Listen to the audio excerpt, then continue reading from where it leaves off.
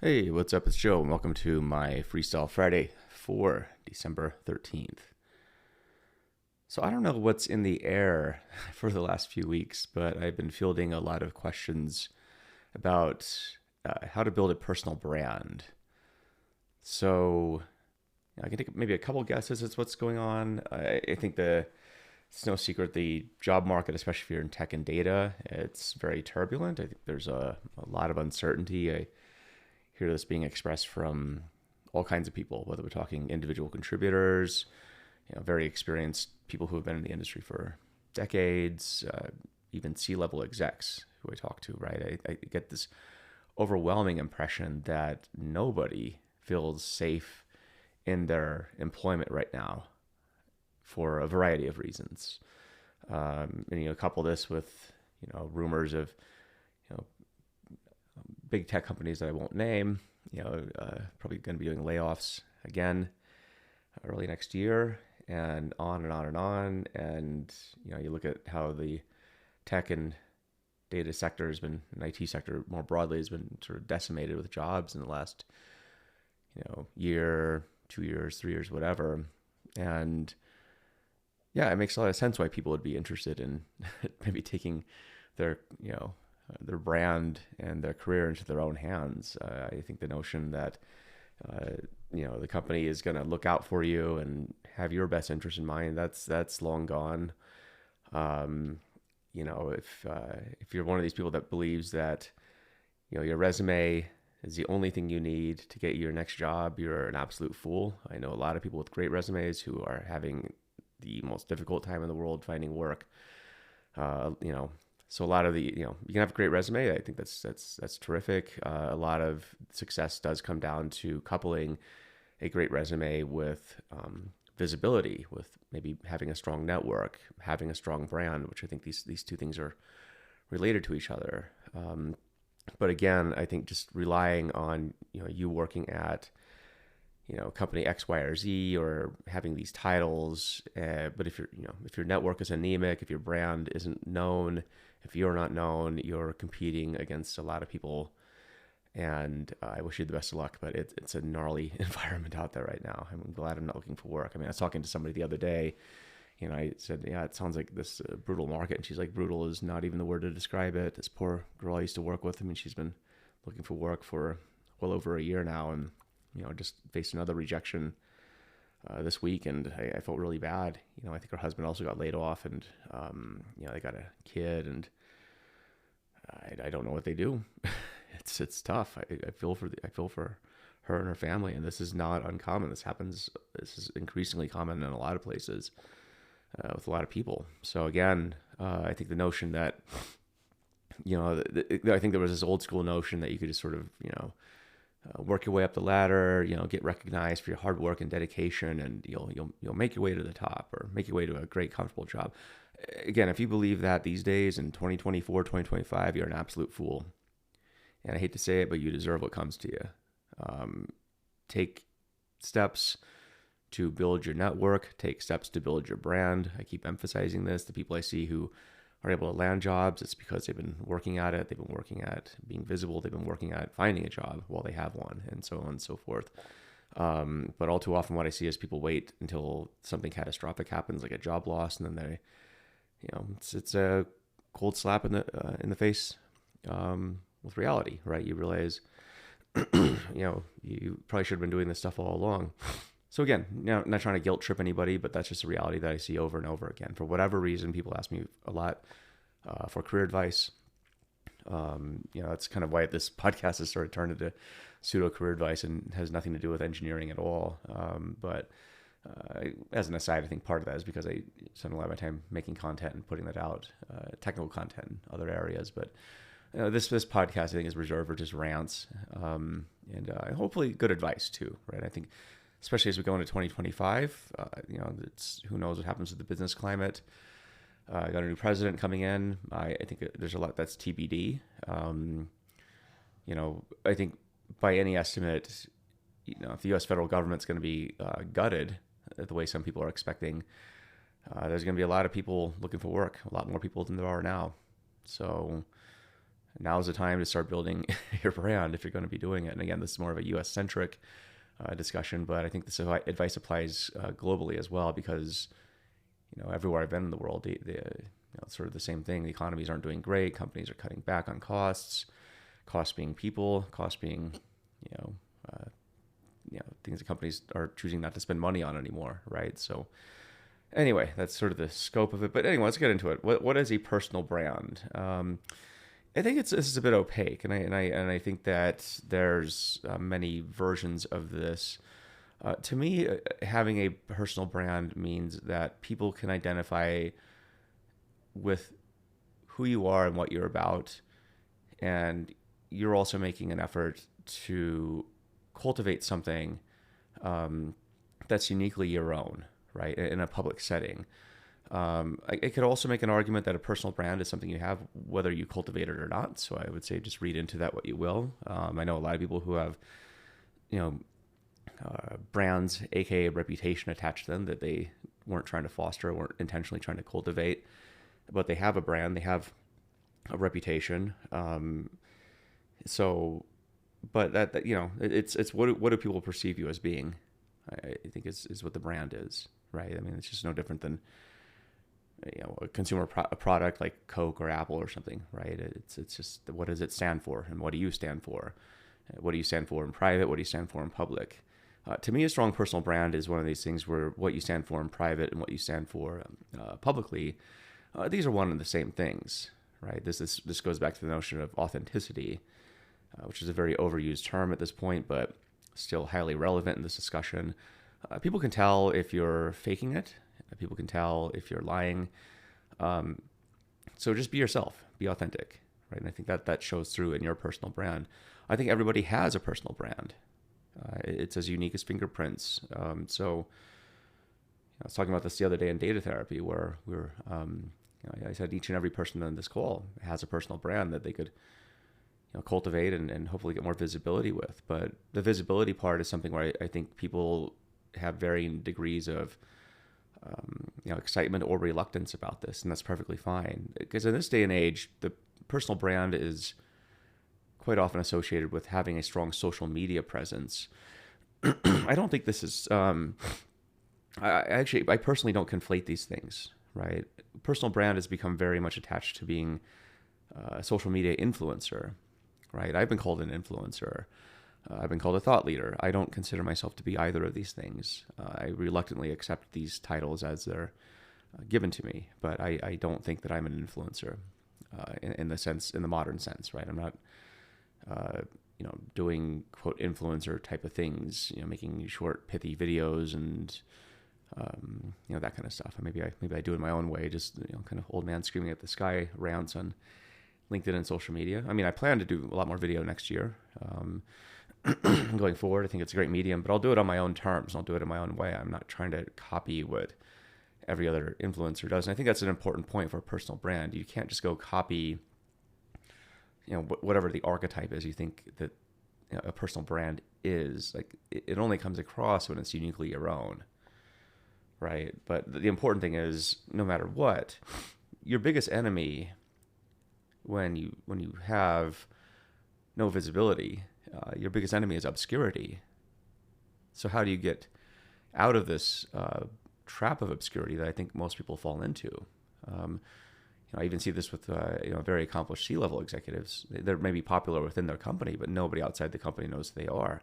If they find themselves in the street after losing a job, they're back to square one, just like everybody else. Of course, they can rely on their network and the brand they built within their company, but that also depends on how strong those connections are within that company in the outside world, right? So if there's, if it's a very kind of closed off culture that doesn't interact much with the real world, the outside world, I would say, then it's going to be very difficult, right? So that means you need to get out there.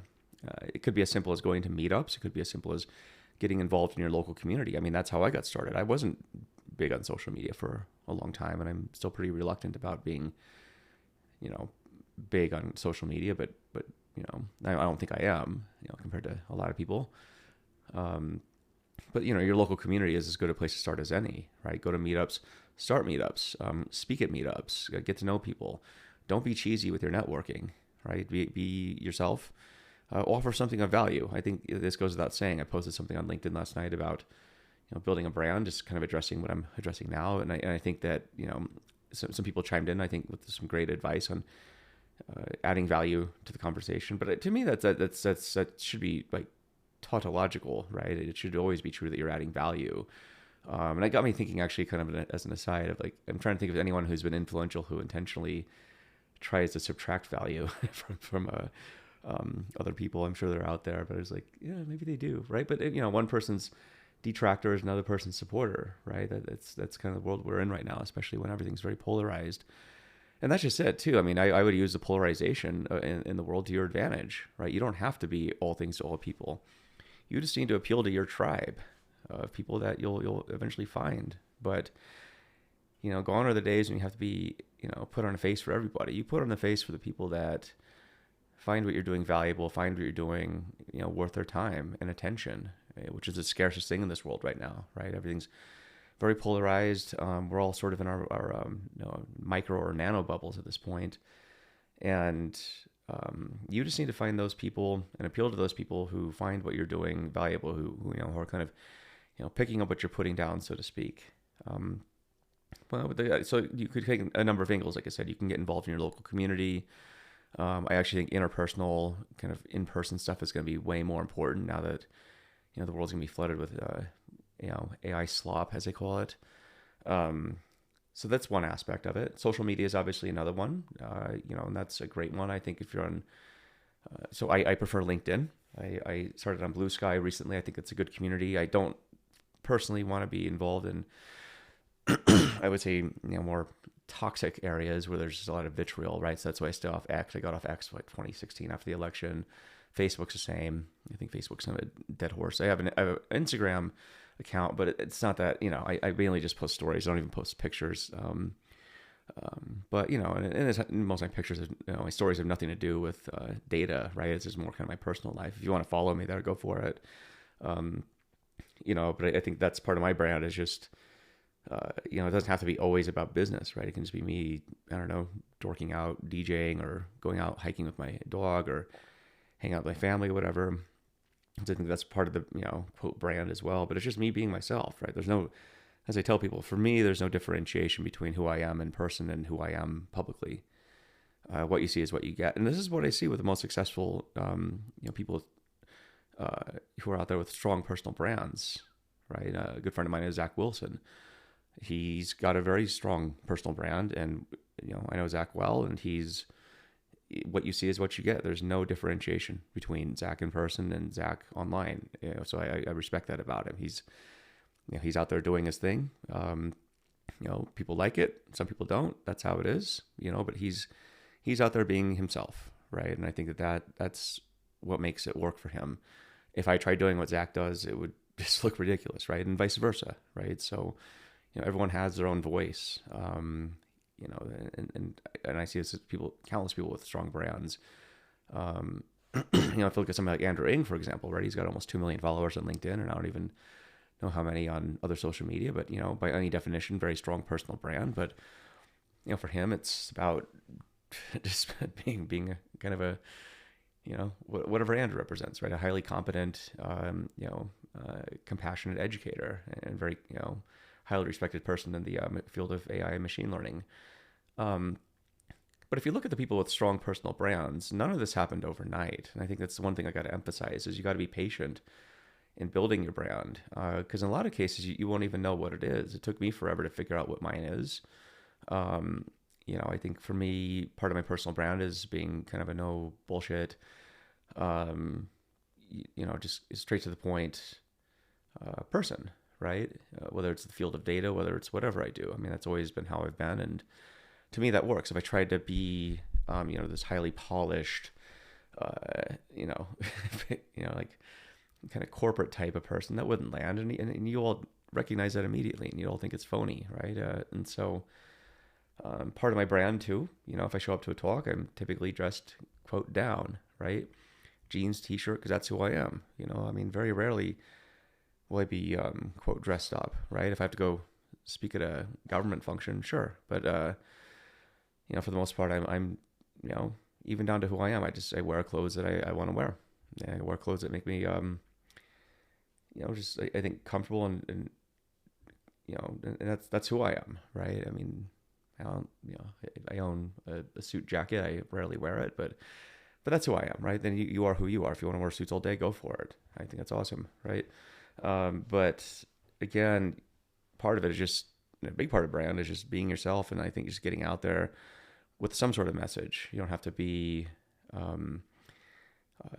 highly crafted. I would say just get out there, post things that you want to talk about, things on your mind. Everyone has something to talk about. Everyone has something they're thinking about. You can choose not to post, but it just makes it that much harder. But the thing is, get out there, get visibility in terms of what you're about. Figure out what that is. Lean into it, but also appreciate that what you're talking about and kind of your approach. It's very serendipitous. You might find topics, you might find things that you haven't even thought of yet, right? I know, if I were to look at one of my other friends, Ben Rogojan, Seattle data guy, like he was focused on data engineering content, and now he's focused on, how to, build data teams and making content for people who want to be consultants and get out on their own. So that's what he's focused on now. But I don't, if I can't speak for him, but I can't imagine that was in the cards 4 or 5 years ago, or more, whenever he was getting started. I didn't think podcasting was going to be in the cards for me. If I zoomed back like 10 years ago, that wasn't a thing for me. I sure listened to a lot of podcasts, but it wasn't something I'd be doing. But I think above all else, just find ways of getting out there, find ways of, finding a one-to-many outlet for your ideas, your thoughts. People will resonate with them, right? I think the wonderful thing about today is there's an audience for everybody, and you just got to find out what that audience is. But the best time to start is now. Like I said, it takes forever to build a brand. You're going to go through a lot of false starts. You're going to go through a lot of machinations, and again, the best time to do it is now. I wouldn't wait. Just make a blog post, right? There's anything you do, right? So you're talking video, talking audio. You can do podcasts. You can get on YouTube. You can get Spotify for podcasts, whatever. Apple Podcasts. You could write. You can go on Substack. You can go on Medium. Go on your own blog. You can go on LinkedIn. Make posts. I mean, there's no shortage of ways for you to express your ideas and build your following. Sorry, my kid's coughing in the other room. Hey, Milo, you can come to the room if you want. Yeah, sorry, my kid's sick right now. He's the nastiest cough. Feel bad for him, but yeah, I know, poor guy. And yeah, this is an example of it, right? My podcast is very much just me at home, recording this right now. It's there's nothing polished about it. For now, I don't take advertisements or sponsorships. If I do, I'll find a way to make it authentically my own, right? But there's quirks in my podcast all the time. I do a lot of I do a lot of this or that. My kid walks to the room coughing, so my dog's always, in the background, doing stuff. So it's, but that's I don't mind it, right? Because that's what fits my brand. If I were to, again, have a highly polished podcast, especially my rants, that wouldn't fit the format, right? If I'm going to be making educational content, videos, maybe that's a different story. For me, it's about, there's production qualities I do have. But for stuff like this, for rants, I want it to seem like we're just having a conversation, which is the nature of it. Podcasts to me are different than courses, different than books. Books, the way I write books, it's a different style than when I write a blog post. You can tell stylistically if I write a book, it's meant to be more enduring, but I also make it conversational. But just the subject matter doesn't lend itself well to me making a blog post like I'll probably write on this. The course that I make, it's the courses I do, digital content, it's highly produced. In that case, it still keeps a conversational aspect. Like, I want you to feel like you're in the same room with me, but at the same time, I just think if you're going to do something with content, like video, there's so much competition out there. You either have to make it authentically yourself, but you also need to have high standards in terms of production quality. That means using good mics. That means having good slides. It means, in a lot of cases, using a script when you're recording course material, right? That's just me. Other people make material kind of off the fly, and that's their stuff. But, so to me, it's even a separation of what's the medium? What are you trying to do? But again, that's kind of how I do stuff, right? But I invest a lot of money into really good equipment. So that even this podcast, it's recorded on, definitely top of the line gear. The microphone I use is the Shure SM7B, like one of the best mics you can buy. It's not cheap. I use great software to, post produce, i.e. master the audio. But that's because I believe that no matter how I'm expressing myself, the content has to be the highest quality possible, right? Sometimes I forget to switch the mic when I'm recording, and like I did the other day with that podcast with Gordon, I think it was defaulted to my webcam's mic, and the audio showed, and I felt embarrassed by it. But it is what it is, and that's the other thing is like you got to put stuff out there, and just once it's out there, right? Move on to the next thing. You'll figure it out. If I look back at my earlier podcasts with the Monday morning data chat and my own stuff, I mean, it was horrible. Audio quality, video, everything. Lighting sucked. Right? If I look back to blog posts I'd written back, gosh, I've been blogging since the 2000s. I mean, pretty good content, but it wasn't consistent. It wasn't good by my standards today. But at least I was out there doing stuff. So I think that's the main thing: is just get out there, put yourself out there. There's no harm in it. I think some people might be scared of their employers, and what people might think of you at work. I would say just put that behind you. You're in charge of your career. You're in charge of your visibility. You're in charge of everything in your career. There's nobody else out there who is in charge of what you're doing at this point. If you're scared about what your boss is going to think of you, I would say, you're going to have to come to terms with that, because your boss is probably scared of what's going to happen to him or her as well. Nobody's safe in this economy right now. Nobody is. Right? So, you need to be your own person at some point. Take charge.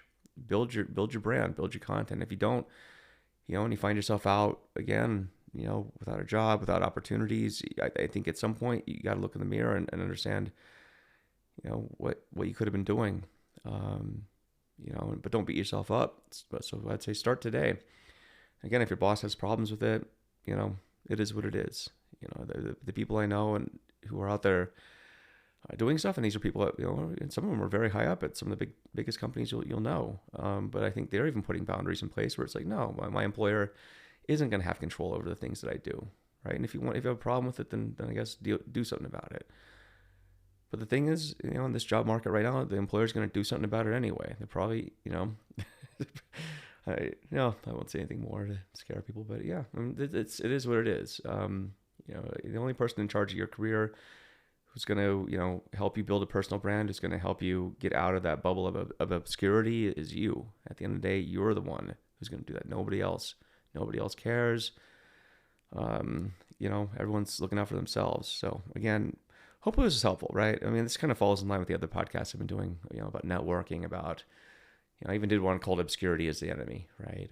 Just you need to get yourself out there. But I think it's a good reminder. Like I said, I've been fielding out, just a lot of questions like this. So again, I kind of want to just do a podcast and just get my ideas out there. But yes, a personal brand is important, undoubtedly. Build it, undeniably. Figure out a medium that works for you. Figure out a style that works for you, right? Figure out a message that works for you, and just lean into it and do it consistently. Show up, on a pattern that works for you, but just get out there. I think every one of you has the potential to have a great, strong personal brand. It's not a zero-sum game. So just get out there, do your thing. I wish you the best of luck. Anyway, I'm going to be locked away, working throughout the weekend. I got to actually record some new stuff for my Coursera class. So if you're on there, the labs will be changing. So I'm going to be doing some voiceovers on the new material. Other than that, working on the book, which is coming along. Should have the application section done by next week, which will be dope. And then I'll be on to analytics. Again, these are drafts. I'm guessing the book, will be ready for publication. I'm shooting for July 1st. And the reason for that is I think the book's going to be done well in advance, but then just all the production stuff and everything else we got to get done. So I'm targeting that for when it's going to be available for sale on places like Amazon and other book retailers. But that's just to give myself enough padding to work on the logistics. If it comes out earlier, I'll let you know. But that's the target date, just so you know. But yeah, anyway, I hope you have a great weekend, and hopefully this was useful for you. Like I said, if you have questions, feel free to comment, on my posts on LinkedIn, shoot me a message, whatever. I'll do my best to try and answer your questions. But yeah, I think, like I said, personal brands are key. I've been getting a lot of messages about this, so I figured I'd try and answer it, at least to the best that I can right now. So anyway, take care. Bye.